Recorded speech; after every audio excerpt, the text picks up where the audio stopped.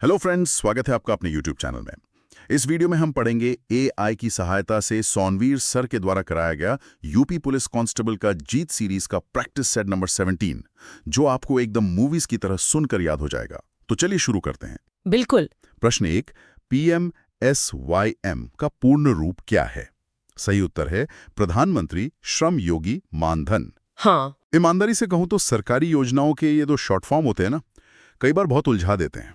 उलझन तो होती है, लेकिन अगर हम इसके शब्दों को तोड़ दें तो पूरा विजन समझ आ जाता है। अच्छा, वो कैसे? देखिए, यहाँ श्रम योगी का मतलब है वो मजदूर या कामगार जो असंगठित क्षेत्र में काम करते हैं, मतलब जैसे रेढ़ी लगाने वाले या दिहाड़ी मजदूर, जिनके पास कोई प्रोविडेंट फंड या ऐसा कुछ नहीं होता। बिल्कुल कोई रिटायरमेंट प्लान नहीं होता उनका। तो मान धन का मतलब है उनके बुढ़ापे का सम्मान। अच्छा, मतलब पेंशन। हाँ, 60 साल की उम्र के बाद उन्हें एक निश्चित पेंशन देकर ये योजना उनके सम्मान की रक्षा करती है। अरे वाह, ये तो बहुत शानदार पहल है। समाज के उस वर्ग के लिए सुरक्षा जो सबसे ज्यादा मेहनत करता है। अब समाज से निकलकर सीधे संसद के कमरों में चलते हैं। चलिए।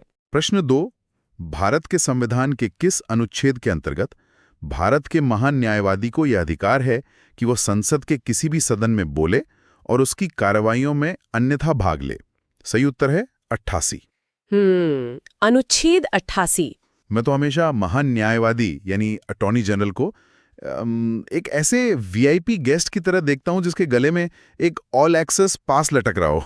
अरे, ये ऑल एक्सेस पास वाली तुलना बहुत सटीक है ना? हाँ, अनुच्छेद 88 ये विशेष शक्ति इसलिए देता है क्योंकि महान्यायवादी सरकार का सर्वोच्च कानूनी सलाहकार होता है। अच्छा। तो जब संसद में कोई बहुत ही जटिल कानूनी बिल आता है ना, तो सांसदों को वो पेचीदगियां समझाने के लिए उनकी जरूरत पड़ती है। वो किसी भी सदन में जा सकते हैं। लेकिन एक सवाल है मेरा। हाँ, पूछिए। अगर वो इतने ही ताकतवर हैं तो क्या वो संसद में वोट भी दे सकते हैं? यहीं पर तो संविधान का संतुलन नजर आता है।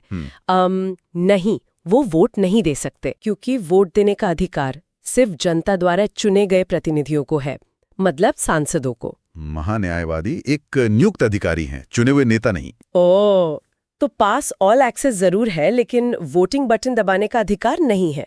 बिल्कुल सही। क्या बात है। अब शायद ही कोई अनुच्छेद 88 भूलेगा। अगला सवाल देखते हैं। प्रश्न 3, भारतीय संविधान का कौन सा अनुच्छेद ये वर्णित करता है कि लोकसभा में एक अध्यक्ष और एक उपाध्यक्ष होना चाहिए?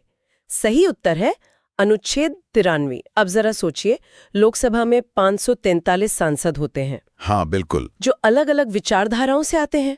अगर वहां कोई मॉनिटर या स्पीकर ना हो तो वो जगह तो मछली बाजार बन जाएगी। हाँ, हंगामा ही होता रहेगा। इसीलिए अनुच्छेद 93 इसी व्यवस्था को बनाता है कि कार्यवाही को चलाने के लिए एक अध्यक्ष का होना एकदम अनिवार्य है। और जाहिर सी बात है, अगर कोई इतनी बड़ी जिम्मेदारी उठा रहा है तो कुछ सुविधाएं भी तो मिलनी चाहिए। बिल्कुल। यही हमारा अगला सवाल है।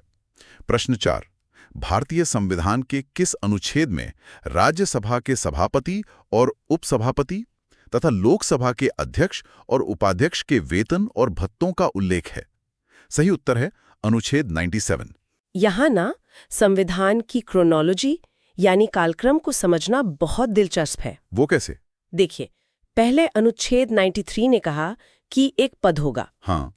अब जब कुर्सी बन गई और उस पर कोई बैठ गया तो अगला तार्किक कदम क्या होगा? उनका वेतन तय करना। एकदम सही। इसलिए ठीक कुछ कदम आगे अनुच्छेद 77 उनके वेतन और भत्तों की गारंटी देता है, ताकि वो बिना किसी दबाव के काम कर सकें। ये तो एकदम लॉजिकल फ्लो है। पद बना, फिर वेतन तय हुआ। अब देखते हैं इसके बाद क्या होता है। प्रश्न 5, भारतीय संविधान का अनुच्छेद 98 किसके लिए प्रावधान करता है? सही उत्तर है संसद का सचिवालय। बिल्कुल। अब अध्यक्ष आ गए, वेतन तय हो गया, लेकिन वो अकेले तो सारा पेपर वर्क या रिसर्च नहीं कर सकते ना। हाँ, उन्हें एक पूरी टीम चाहिए होगी। टीम चाहिए, अधिकारी चाहिए, क्लर्क चाहिए। इसीलिए ठीक अगले ही अनुच्छेद 98 में संसद के सचिवालय की स्थापना कर दी गई। अरे वाह। संविधान निर्माताओं ने एक एक ईंट को कितनी बारीकी से रखा है, ये उसका बेहतरीन उदाहरण है। ये पैटर्न सच में कमाल का है। 93, 97 और 98, ये कोई रैंडम नंबर नहीं है, एक पूरी कहानी है। चलिए अब फाइलों से निकलकर थोड़ा तकनीक की तरफ चलते हैं। हाँ। प्रश्न 6, निम्नलिखित में से कौन सी एक इनपुट डिवाइस है? सही उत्तर है कीबोर्ड। कीबोर्ड बहुत ही बुनियादी इनपुट डिवाइस है। इसी के जरिए हम कंप्यूटर को निर्देश देते हैं। ये आज के डिजिटल युग का हथियार है। डिजिटल हथियार, लेकिन 16वीं सदी में निर्देश सीधे तलवारों से दिए जाते थे। सही कहा। चलिए इतिहास में चलते हैं। प्रश्न 7, 1539 में चौसा की लड़ाई हुमायूं और किसके बीच लड़ी गई थी? सही उत्तर है शेरशाह सूरी। हाँ, चौसा का युद्ध। मैं हैरान हूं कि हुमायूं, जो कि इतने विशाल मुगल साम्राज्य का वारिस था, वो ये युद्ध हार कैसे गया? हुमायूं की हार का कारण शेरशाह सूरी की बेमिसाल रणनीति थी। चौसा ना बिहार में कर्मनाशा नदी के किनारे है। अच्छा। शेरशाह ने बहुत चालाकी से बारिश के मौसम का इंतजार किया। जैसे ही बारिश हुई, मुगल तोपखाने पानी में डूब गए। ओह, और भारी सेना कीचड़ में फंस गई होगी। बिल्कुल। और तभी शेरशाह ने अचानक हमला कर दिया। हुमायूं को तो अपनी जान बचाने के लिए घोड़े समेत नदी में कूदना पड़ गया था। अरे बाप रे, ये तो किसी फिल्म के सीन जैसा है। जीतने के बाद शेरशाह ने क्या किया? जीतने के बाद? हाँ। प्रश्न 8, प्रसिद्ध किला ए-कोहना, मतलब पुराने किले की मस्जिद का निर्माण किसके द्वारा करवाया गया था? सही उत्तर है शेरशाह। मतलब जीतते ही इमारत बनवाने का क्या तुक था? देखिए, इतिहास में वास्तुकला सिर्फ ईंट और पत्थर का खेल नहीं थी। ये सत्ता का सबसे बड़ा पीआर कैंपेन होता था। PR campaign. हाँ, जब शेरशाह ने दिल्ली पर कब्जा किया तो उसने ये खूबसूरत मस्जिद बनवाई। ये अवाम को एक संदेश था कि अब मैं नया सुल्तान हूँ और मेरा साम्राज्य स्थिर है। अपनी धाक जमाने का तरीका था। बिल्कुल। लेकिन हुमायूं तो बदला लेने वापस आया होगा ना? प्रश्न 9, कन्नौज की लड़ाई शेरशाह सूरी और किसके नेतृत्व में मुगलों के बीच लड़ी गई थी? सही उत्तर है हुमायूं। हाँ, ठीक 1 साल बाद। तो क्या इस बार हुमायूं ने कोई अलग रणनीति अपनाई? उसने कोशिश जरूर की। 1540 में कन्नौज में दोनों फिर भिड़े, लेकिन शेरशाह का हौसला बुलंद था और हुमायूं की सेना में तालमेल ही नहीं था। तो फिर से हार गया? हाँ, नतीजा ये हुआ कि उसे भारत छोड़कर भागना पड़ा। एक अफगान शासक ने मुगल साम्राज्य की जड़ें उखाड़ दी थीं। इसे इतिहास का सबसे तगड़ा कमबैक माना जाता है। क्या ड्रामा है! पर हम जानते हैं कि मुगलों ने बाद में वापसी की थी। बिल्कुल की थी। प्रश्न 10, बादशाह अकबर ने बुलंद दरवाजा किस वर्ष बनवाया था? सही उत्तर है 1601। बुलंद दरवाजा मतलब शेरशाह की मस्जिदों से लेकर अकबर के इस विशाल दरवाजे तक सत्ता का खेल तो इमारतों से ही खेला जा रहा था। एकदम सही पकड़ा आपने। जब अकबर ने गुजरात जीता तो उसके जश्न में फतेहपुर सीकरी में ये दरवाजा बनवाया। बुलंद का मतलब सबसे ऊंचा, है ना? हाँ, ये दुनिया के सबसे ऊंचे दरवाजों में से है। ये सिर्फ एक एंट्री गेट नहीं था, ये पूरी दुनिया के लिए एक घोषणा थी कि मुगल लौट आए हैं और अब पहले से कहीं ज्यादा ताकतवर हैं। कमाल है। खैर, सत्ता के इन इमारतों और तलवारों की खनक से निकलकर अब भारत की मधुर धुनों की तरफ चलते हैं। चलिए। प्रश्न 11, जाकिर हुसैन निम्नलिखित में से किसके लिए प्रसिद्ध हैं? सही उत्तर है तबला। मुझे लगता है इनके हाथों में जो जादू है ना, वो शायद ही किसी और में हो। बिल्कुल। जाकिर हुसैन सिर्फ एक संगीतकार नहीं है, बल्कि वो एक वैश्विक सांस्कृतिक राजदूत हैं। उन्होंने तबले को सिर्फ शास्त्रीय संगीत तक सीमित नहीं रखा, बल्कि पश्चिमी दुनिया के फ्यूजन म्यूजिक तक पहुंचाया है। सही बात है। लेकिन अगला प्रश्न मुझे थोड़ा परेशान कर रहा है। कौन सा? प्रश्न 12, निम्नलिखित में से कौन सी जनजाति भारत में नहीं रहती है? सही उत्तर है मसाई। मैं ये सोच रहा हूं कि यूपी पुलिस जैसी राज्य स्तरीय परीक्षा में अचानक पूर्वी अफ्रीका की मसाई जनजाति के बारे में क्यों पूछ लिया गया? अरे, ये सवाल ना रटने की क्षमता का नहीं है, ये एलिमिनेशन मेथड का टेस्ट है। अच्छा, कैसे? परीक्षा बनाने वाले जानना चाहते हैं कि क्या आपको अपने देश की जानकारी है। अगर आपको पता है कि थारू यूपी उत्तराखंड में है, संथाल झारखंड में है और गोंड मध्य भारत में है, तो चौथा विकल्प मसाई अपने आप अलग हो जाता है। बिल्कुल। ये क्या नहीं है के जरिए क्या है खोजने की कला है। ये नजरिया तो बहुत शानदार है। अब भूगोल की बात निकली है तो बंदरगाह देख लेते हैं। प्रश्न 13, निम्नलिखित बंदरगाहों को उनके संबंधित राज्यों के साथ सही सुमेलित कीजिए।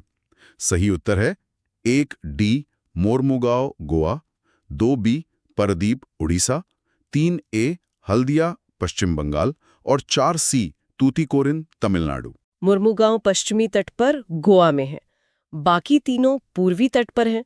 ऊपर बंगाल में हल्दिया, उससे नीचे उड़ीसा में पारादीप और एकदम दक्षिण में तमिलनाडु का तूतीकोरिन। ये तो हमारी अर्थव्यवस्था के दरवाजे हैं जहां से व्यापार होता है। एकदम सही। व्यापार से याद आया, धरती के नीचे छिपे खजाने का मोल बहुत ज्यादा होता है। प्रश्न 14, निम्नलिखित में से कौन सा एक बहुमूल्य खनिज है? सही उत्तर है प्लैटिनम। प्लैटिनम। बहुमूल्य सुनते ही मेरे दिमाग में तो सबसे पहले सोना या हीरा आता है। प्लैटिनम इतना खास क्यों है? क्योंकि प्लैटिनम सोने से भी ज्यादा दुर्लभ है, लेकिन इसकी असली कीमत सिर्फ गहनों में नहीं है। तो फिर कहाँ है? इसका सबसे ज्यादा इस्तेमाल उद्योगों में होता है, खासकर कारों के कैटालिटिक कन्वर्टर्स में, जो प्रदूषण कम करते हैं। अच्छा। हाँ, ये जंग नहीं खाता और बहुत ज्यादा तापमान सह सकता है। इसी वजह से ये सोने से भी ज्यादा कीमती है। प्रकृति का खजाना जितना शांत लगता है, उसका रौद्र रूप उतना ही डरावना होता है। बिल्कुल। प्रश्न 15, किस स्थानीय तूफान को काल बैसाखी के नाम से भी जाना जाता है? सही उत्तर है नॉरवेस्टर्स। इसके नाम पर गौर करें, काल बैसाखी यानी वैशाख के महीने में आने वाला काल। मतलब अप्रैल मई की गर्मी में? हाँ, बंगाल और असम में जब जमीन बहुत गर्म हो जाती है और समुद्र की नमी वाली हवाएं आती हैं, तो दोनों टकराती हैं और भयंकर तूफान बनता है। जी, ये इतनी तेजी से आता है कि फसलों को पूरी तरह तबाह कर सकता है। प्रकृति की ताकत के आगे इंसान बेबस है सच में। खैर, राष्ट्रीय भूगोल से सीधा उत्तर प्रदेश की माटी की ओर लौटते हैं। चलिए। प्रश्न 16, निम्नलिखित में से कौन सा भारत में नृत्य के लिए दिया जाने वाला सर्वोच्च पुरस्कार है? सही उत्तर है संगीत नाटक अकादमी पुरस्कार। ये पुरस्कार ना कला के क्षेत्र में किसी भी भारतीय कलाकार के लिए नोबेल पुरस्कार जीतने जैसा है। इतना बड़ा? हाँ, क्योंकि ये सिर्फ एक दो परफॉर्मेंस के लिए नहीं, बल्कि पूरी उम्र कला को समर्पित कर देने के लिए दिया जाता है। और कला के साथ साथ हमारी बोलियों में भी एक अलग मिठास है। प्रश्न 17, उत्तर प्रदेश के पूर्वी जिलों जैसे बलिया और गाजीपुर में मुख्यतः कौन सी बोली बोली जाती है? सही उत्तर है भोजपुरी।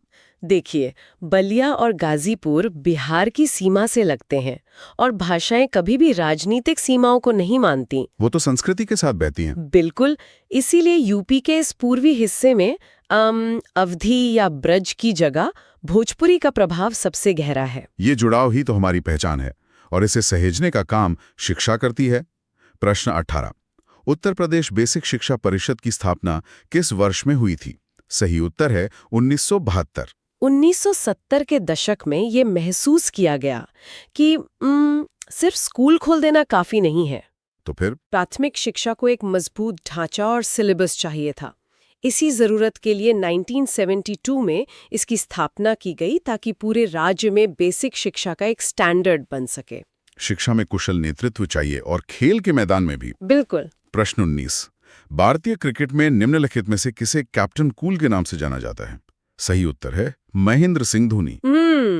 धोनी। अचानक शिक्षा से क्रिकेट के पिच पर आना मजेदार है ना? हाँ। लेकिन धोनी सिर्फ एक क्रिकेटर नहीं है, वो तो एक मैनेजमेंट केस स्टडी है। कैप्टन कूल उन्हें नाम इसलिए मिला क्योंकि जब मैच के आखिरी ओवर में सबकी धड़कनें रुकी होती थीं, तब भी वो बिना घबराहट के बिल्कुल शांत रह के फैसला लेते थे। काश ये कूलनेस परीक्षा हॉल में बैठे छात्रों को भी मिल जाए। हाँ, ये तो है। चलिए अब खेल के मैदान से अर्थव्यवस्था के मैदान में आते हैं। प्रश्न 20, 2015 में भारत के योजना आयोग के स्थान पर किस संस्था की स्थापना की गई? सही उत्तर है नीति आयोग। नीति आयोग। मैं सोचता हूं कि आखिर इतने पुराने योजना आयोग को बंद करने की क्या जरूरत पड़ गई थी? ये बदलाव बहुत जरूरी था। पुराना योजना आयोग टॉप डाउन अप्रोच पर काम करता था। मतलब दिल्ली में बैठकर फैसले होते थे? हाँ, दिल्ली के कमरे में पूरे देश के लिए नीतियां बनती थीं और राज्यों पर थोप दी जाती थीं। लेकिन हर राज्य की जरूरत तो अलग है ना? बिल्कुल अलग है। इसीलिए नीति आयोग बना, जो सहकारी संघवाद पर काम करता है। इसमें राज्यों के मुख्यमंत्रियों की भी राय ली जाती है। ये आदेश नहीं देता, सलाह देता है। मतलब वन साइज फिट्स ऑल वाला तरीका खत्म। ये एक बड़ा सुधार है।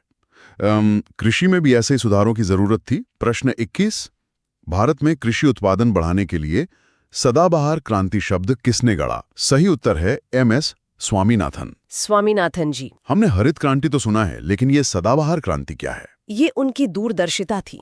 हरित क्रांति से पेट तो भर गया, लेकिन ज्यादा रसायनों से मिट्टी बंजर होने लगी। हाँ, पानी का भी बहुत इस्तेमाल हुआ। तो वो समझ गए कि हमें ऐसा उत्पादन चाहिए जो हमेशा चलता रहे, बिना पर्यावरण को नुकसान पहुंचाए। इसी टिकाऊ खेती को उन्होंने सदाबहार क्रांति कहा। विकास ऐसा हो जो भविष्य को ना खा जाए। बहुत गहरी बात है। अब एक ट्रिकी सवाल देखते हैं। प्रश्न 22। निम्नलिखित में से कौन सा भारत में गरीबी उन्मूलन कार्यक्रम नहीं है? सही उत्तर है नमामि गंगे। यहाँ अक्सर लोग धोखा खा जाते हैं। हाँ, क्योंकि नमामि गंगे भी तो बहुत बड़ी सरकारी योजना है। बिल्कुल है, लेकिन इसका मुख्य उद्देश्य गंगा नदी के प्रदूषण को रोकना और घाटों को बचाना है। ये पर्यावरण से जुड़ी योजना है। और गरीबी उन्मूलन? वो योजनाएं सीधे लोगों के बैंक खाते में पैसा या हाथ में काम देती हैं। दोनों देश के लिए जरूरी हैं, लेकिन उनके काम करने का दायरा बिल्कुल अलग है। ये अंतर समझना जरूरी है। अब आज के उस दौर की बात जो हमारी उंगलियों पर है। प्रश्न 23। ई कॉमर्स शब्द किसे संदर्भित करता है? सही उत्तर है इंटरनेट पर वस्तुओं और सेवाओं की खरीद और बिक्री। मतलब जो हम रोज मोबाइल पे शॉपिंग करते हैं। हाँ, बिल्कुल। ई कॉमर्स ने बाजार को सीमाओं से आजाद कर दिया है। अब एक छोटा कारीगर भी इंटरनेट के जरिए अपना सामान दुनिया में कहीं भी बेच सकता है। डिजिटल दुनिया से लौटकर एक बार फिर भारत की प्राचीन वास्तुकला देखते हैं। प्रश्न 24। स्तंभों का मिलान कीजिए। सही उत्तर है ए 4 महाराष्ट्र एलिफेंटा, B1 दिल्ली जमाली कमाली, C2 राजस्थान हवा महल और D3 गुजरात लक्ष्मी विलास। भारत सच में अजूबों का देश है। बिल्कुल, महाराष्ट्र की गुफाओं से लेकर राजस्थान के महल तक। और मजे की बात यह है कि हर स्मारक वहाँ की जलवायु के हिसाब से बना है। जैसे हवा महल इसलिए बना ताकि भीषण गर्मी में भी रानियां ठंडी हवा के बीच उत्सव देख सकें। वास्तुकला के बाद अब विज्ञान के नियमों की बारी है। प्रश्न 25। गति और उनके उदाहरणों के संबंध में गलत युग्म की पहचान करें। सही उत्तर है दोलन गति, पृथ्वी का सूर्य के चारों ओर घूमना। एक सेकंड, पृथ्वी तो सूर्य के चारों ओर घूमती है ना, तो ये गलत कैसे हुआ? क्योंकि वो दोलन गति नहीं है। मतलब? दोलन या ऑसिलेटरी मोशन का मतलब होता है एक ही रास्ते पर आगे और पीछे झूलना, जैसे दीवार घड़ी का पेंडुलम। लेकिन पृथ्वी आगे पीछे नहीं झूलती, वो एक गोल रास्ते पर लगातार परिक्रमा करती है। पेंडुलम वाली बात से एकदम स्पष्ट हो गया। विज्ञान के शब्दों का हेरफेर समझना बहुत जरूरी है। तापमान का भी एक ऐसा ही फैक्ट है। प्रश्न 26। किस तापमान पर सेल्सियस और फ़ारेनहाइट पैमाने का मान समान होता है? सही उत्तर है -40 डिग्री सेल्सियस। -40। क्या ऐसा सच में होता है कि दोनों थर्मोमीटर एक ही बात बोलें? बिल्कुल, ये शुद्ध गणित है। जब आप दोनों के फॉर्मूले को बराबर रखकर सॉल्व करते हैं ना, तो -40 वो जादुई बिंदु निकलकर आता है जहां दोनों लाइनें एक दूसरे को काटती हैं। कमाल है। अब शरीर के विज्ञान की बात करते हैं।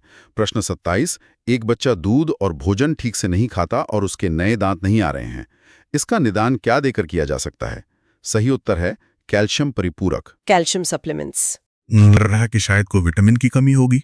विटामिन भी जरूरी है, लेकिन मुख्य रूप से दांत और हड्डियां कैल्शियम और फास्फोरस से ही बने होते हैं। अच्छा। अगर बच्चा दूध नहीं पी रहा है तो दांतों के विकास का रॉ मटेरियल ही शरीर को नहीं मिल रहा है, इसीलिए सीधे कैल्शियम देने की जरूरत पड़ती है। शरीर को न्यूट्रिशन चाहिए और समाज को त्योहारों की खुशियां। प्रश्न 28। ईस्टर किस धर्म का धार्मिक त्योहार है? सही उत्तर है ईसाई धर्म। जी। और खुशियों का जश्न संगीत के बिना कैसा? प्रश्न 29। संगीत वाद्य यंत्रों का मिलान करें। सही उत्तर है A3 santoor Shiv Kumar Sharma, B4 sitar Anushka Shankar, C1 शहनाई बिस्मिल्लाह खां और D2 सारंगी बिंदा खां। उस्ताद बिस्मिल्लाह खां और शहनाई तो जैसे एक दूसरे के पर्याय बन चुके हैं ना। सही कहा। और पंडित शिव कुमार शर्मा ने कश्मीर के लोक वाद्य संतूर को जो वैश्विक पहचान दिलाई, वो अकल्पनीय है। लेकिन जीवन में हमेशा संगीत तो नहीं होता, कई बार गंभीर आघात भी लगते हैं। प्रश्न 30। विश्व आघात दिवस यानी वर्ल्ड ट्रॉमा डे हर वर्ष कब मनाया जाता है? सही उत्तर है 17 अक्टूबर। आघात यानी ट्रॉमा, ये सड़क दुर्घटनाओं से लेकर मानसिक झटके तक कुछ भी हो सकता है। हाँ। ये दिन खासकर मेडिकल इमरजेंसी में गोल्डन आवर के महत्व को समझाने के लिए मनाया जाता है। सही समय पर मदद किसी की जान बचा सकती है। बहुत ही जरूरी संदेश है ये। अब स्वास्थ्य से आगे बढ़कर समाज को समझने के रिसर्च पर आते हैं। यह हमारा आखिरी भाग है। प्रश्न 31। कौन सी अनुसंधान विधियां उत्तरदाताओं की प्रतिक्रियाओं के आधार पर गहन जांच में सहायता करती हैं। सही उत्तर है गुणात्मक या क्वालिटेटिव। ये क्वालिटेटिव रिसर्च असल में काम कैसे करती है? मान लीजिए हम दुर्घटनाओं का ये अध्ययन कर रहे हैं। मात्रात्मक या क्वांटिटेटिव रिसर्च हमें बताएगी कि शहर में 100 एक्सीडेंट हुए। मतलब सिर्फ नंबर्स? हाँ, लेकिन गुणात्मक रिसर्च लोगों से बात करेगी। वो पता लगाएगी कि उन दुर्घटनाओं के बाद लोगों की मानसिक स्थिति पर क्या प्रभाव पड़ा। ये भावनाओं और क्यों पर केंद्रित होती है। यानी ठीक वैसा ही जैसा हम इस चर्चा में कर रहे हैं, सिर्फ सही विकल्प नहीं देख रहे, उसका कारण समझ रहे हैं। बिल्कुल। प्रश्न 32, क्रोन निम्नलिखित देशों में से किसकी आधिकारिक मुद्रा है? सही उत्तर है डेनमार्क। क्रोन। ये शब्द सुनने में अंग्रेजी के क्राउन जैसा नहीं लगता? आपका अनुमान एकदम सही है। स्कैंडिनेवियाई देशों में राजशाही का इतिहास रहा है। क्रोन शब्द वास्तव में क्राउन या ताज से ही निकला है। अरे वाह, ये तो बढ़िया लिंक मिल गया याद रखने के लिए। प्रश्न 33, आर्थिक सहयोग और विकास संगठन यानी OECD का मुख्यालय कहाँ स्थित है? सही उत्तर है पेरिस। पेरिस में। अब भारत के इतिहास का एक बहुत ही शानदार अध्याय। प्रश्न 34, निम्नलिखित में से किसे पहले द लेडी विलिंगडन पार्क के रूप में जाना जाता था? सही उत्तर है लोधी गार्डन्स। मैंने तो लेडी विलिंगडन पार्क का नाम आज तक नहीं सुना था। यही तो इस नामकरण की खूबसूरती है। लेडी विलिंगडन ब्रिटिश वाइसरॉय की पत्नी थीं। आजादी के बाद भारत ने तय किया कि हमारे सार्वजनिक स्थानों पर औपनिवेशिक शासकों के नाम नहीं होंगे। जिन्होंने हम पे राज किया, उनका नाम क्यों रखें? बिल्कुल, इसलिए दिल्ली के इस पार्क को वापस लोधी गार्डन्स का नाम दिया गया। ये हमारी अपनी पहचान वापस पाने का तरीका था। ये सच में एक स्वाभिमान से भरा कदम था। प्रश्न 35, संयुक्त राष्ट्र ने किस वर्ष को महिलाओं के लिए अंतर्राष्ट्रीय वर्ष के रूप में मनाया? सही उत्तर है 1975। 1970 का दशक महिलाओं के अधिकारों की बड़ी लहर का गवाह था।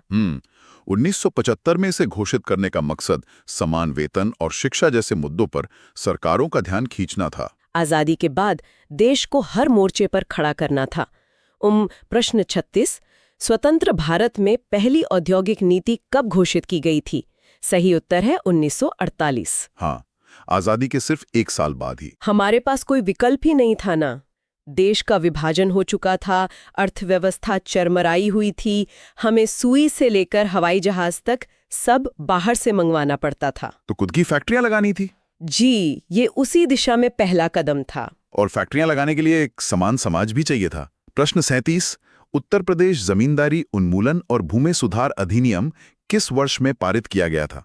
सही उत्तर है 1950। सदियों से चली आ रही सामंती व्यवस्था में कुछ मुट्ठी भर जमींदारों के पास सारी जमीनें थीं। और किसान सिर्फ मजदूर थे। बिल्कुल, ये कानून उस व्यवस्था को खत्म करने और जोतने वाले को जमीन का हक दिलाने का ऐतिहासिक कदम था। और अब इस रोमांचक जर्नी का आखिरी प्रश्न, प्रश्न 38, हाल ही में सुप्रीम कोर्ट ने किस कार्यस्थल को पॉश अधिनियम के तहत शामिल करने से मना किया है? सही उत्तर है राजनीतिक दल। ये सुनकर थोड़ा अजीब लगता है। पॉश यानी कार्यस्थल पर महिलाओं के यौन उत्पीड़न से रोकथाम का कानून। राजनीतिक दलों को इस परिभाषा से बाहर क्यों रखा गया? देखिए, ये एक बेहद तकनीकी और कानूनी मसला है।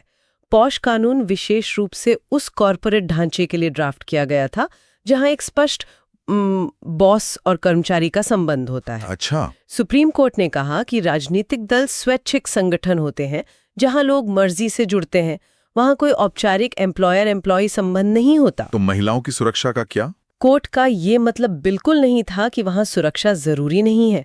उनका सिर्फ इतना कहना था कि वर्तमान पॉश कानून की जो तकनीकी भाषा है उसमें राजनीतिक दल फिट नहीं बैठते। समझ गया। मतलब ये विशुद्ध रूप से कानून के शब्दों की व्याख्या का मामला है। एकदम सही। ये विश्लेषण बहुत ही संतुलित था। तो इसके साथ ही हमारे जीत सीरीज के प्रैक्टिस सेट 17 का ये सफर पूरा होता है।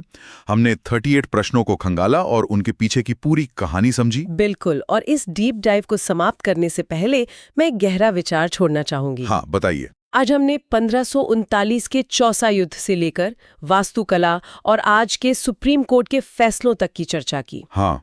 हमने देखा कि नियम और समाज समय के साथ लगातार बदलते रहते हैं। सोचने वाली बात यह है कि आज हम जो नीतियां बना रहे हैं, चाहे वो नीति आयोग हो या ई-कॉमर्स, क्या आज से 100 साल बाद वो भी इतिहास की किताबों में दर्ज होंगी? अरे क्या आज के हमारे ये ज्वलंत मुद्दे कल के छात्रों के लिए किसी प्रैक्टिस सेट का एक बहुविकल्पीय प्रश्न बनकर रह जाएंगे?